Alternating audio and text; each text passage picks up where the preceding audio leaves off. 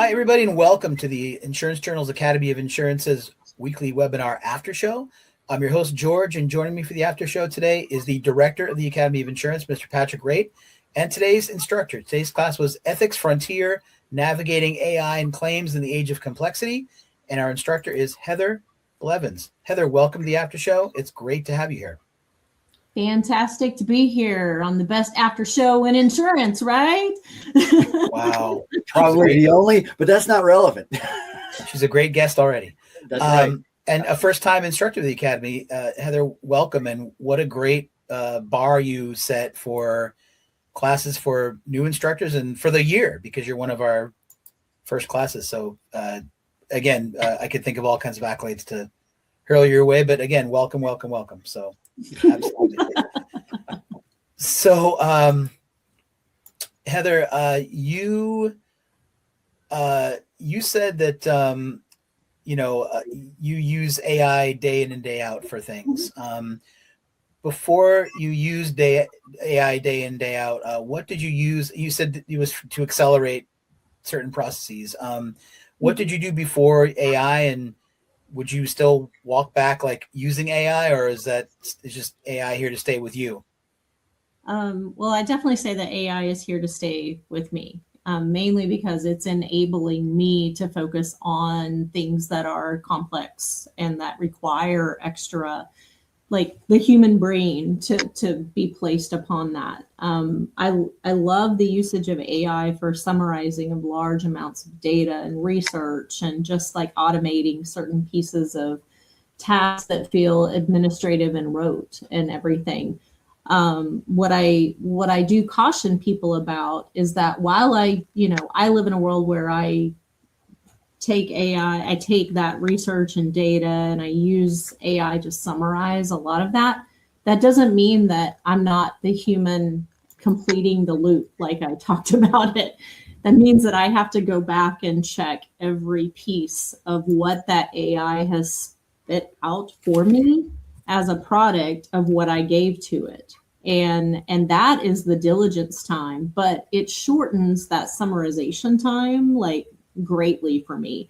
Prior to using AI, I would definitely say the types of tasks where I might have been doing that, and this was in my previous role, my previous company, it would be days and days and weeks of just combing through massive amounts of information and sorting it and going, okay, what's relevant, what's not relevant, tell me how to, and then I had to use all my judgment in those, just like throwing out things and not using them or using them. And that was the frustrating part of the world pre-AI, is that it felt like things took us a lot longer to do than they should, really.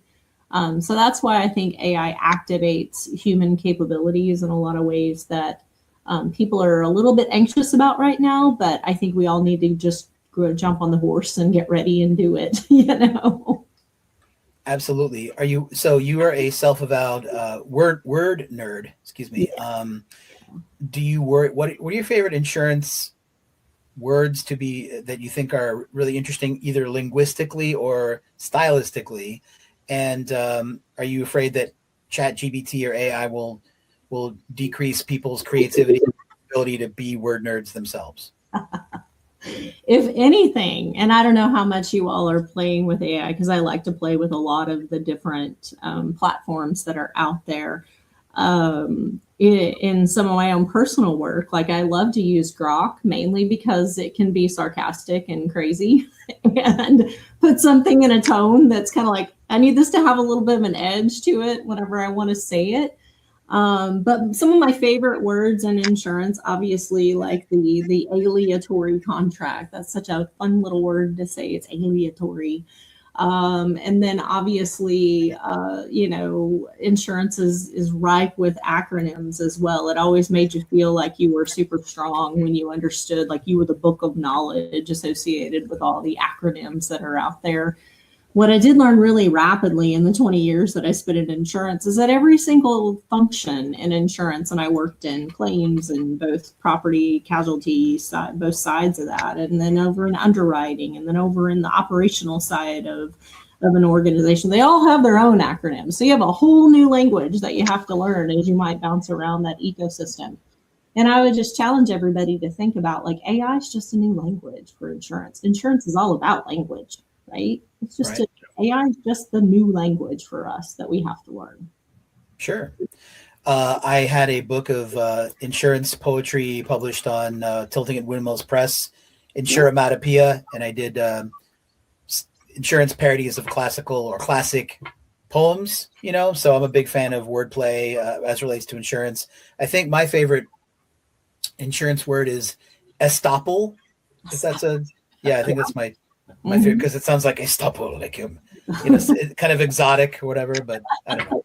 I like estoppel. Yeah. Patrick Wraight, Director of the Academy of Insurance. What is your favorite insurance word? What do you think of Heather's topic in general and her class in particular today? So my favorite insurance word is not all that exotic. It's maybe. that's the word. Maybe. It just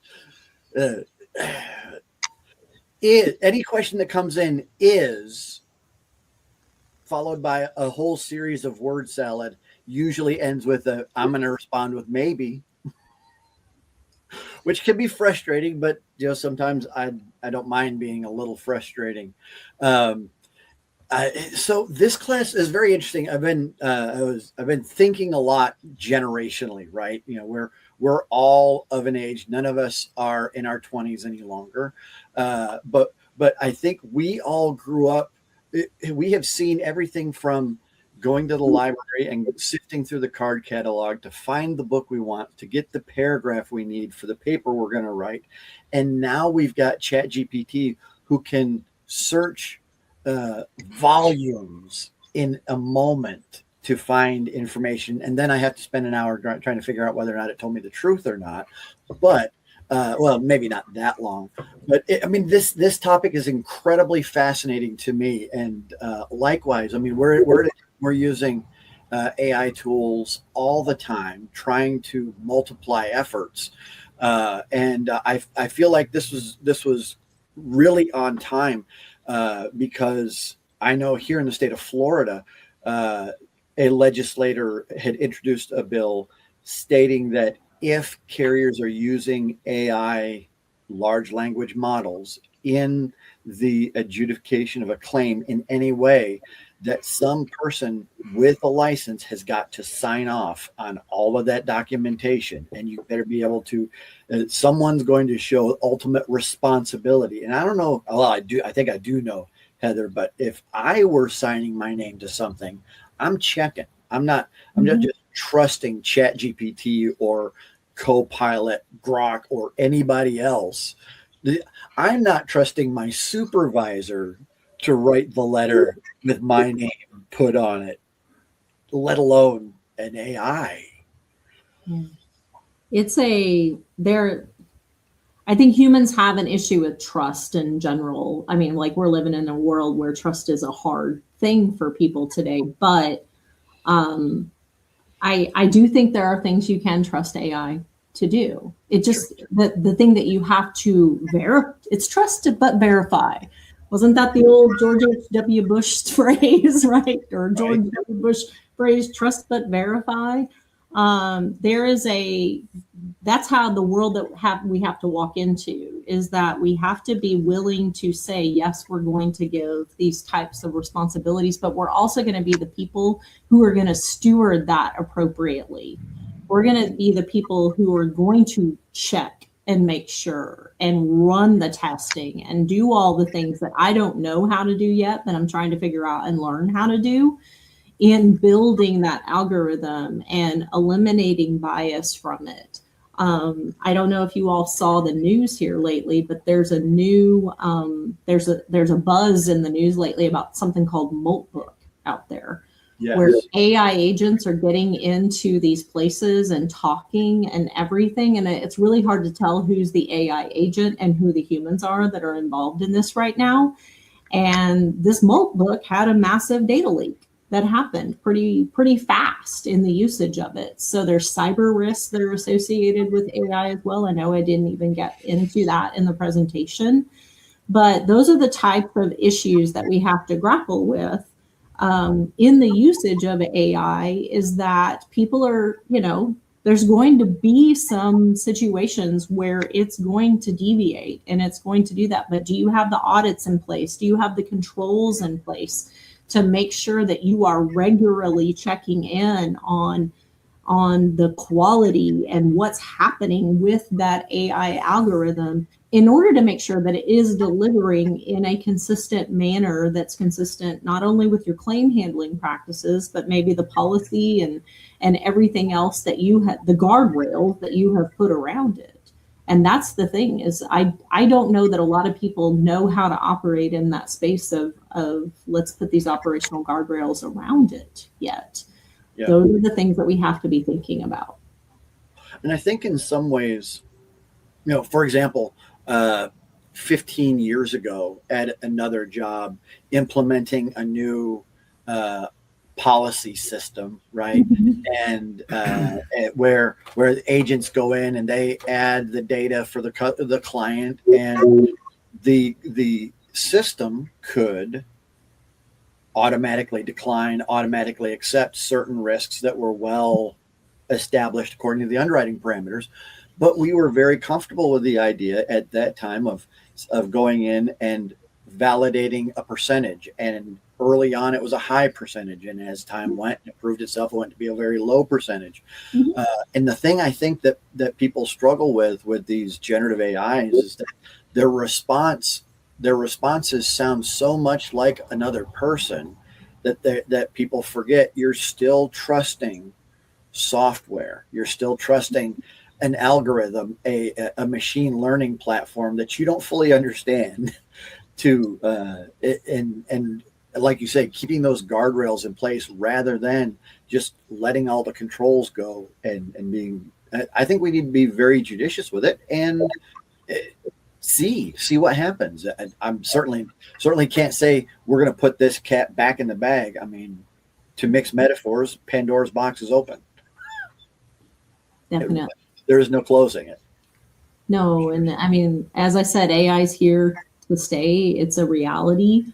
Do I think it's going to upheave the entire industry? No, because insurance has been through countless technological advancements from the beginning of it until today.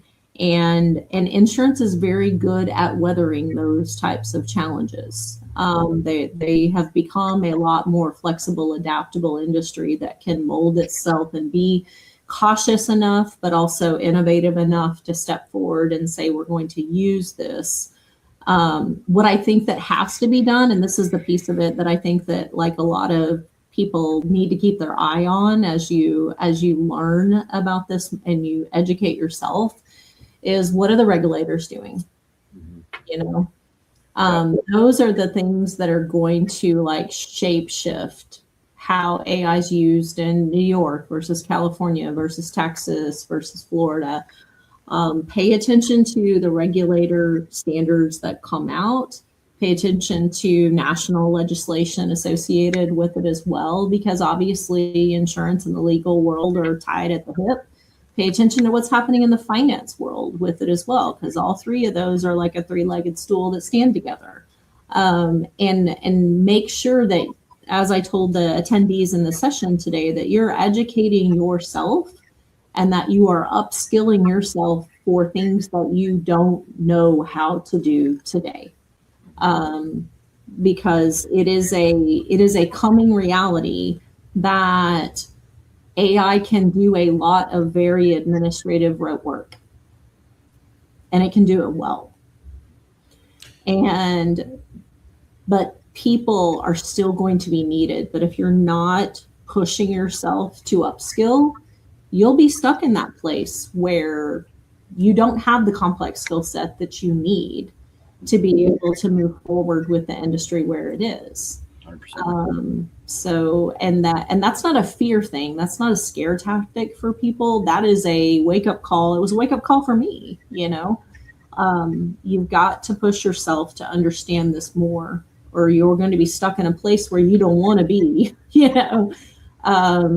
realizing that you are woefully lacking in the skill sets that you really need where the industry is moving today. And that's a hard thing to predict too, because as I said, everybody's feeling like all this newness of how AI is being implemented and where it's being used and who's using it and how it's shaping and affecting, human decisions in organizations.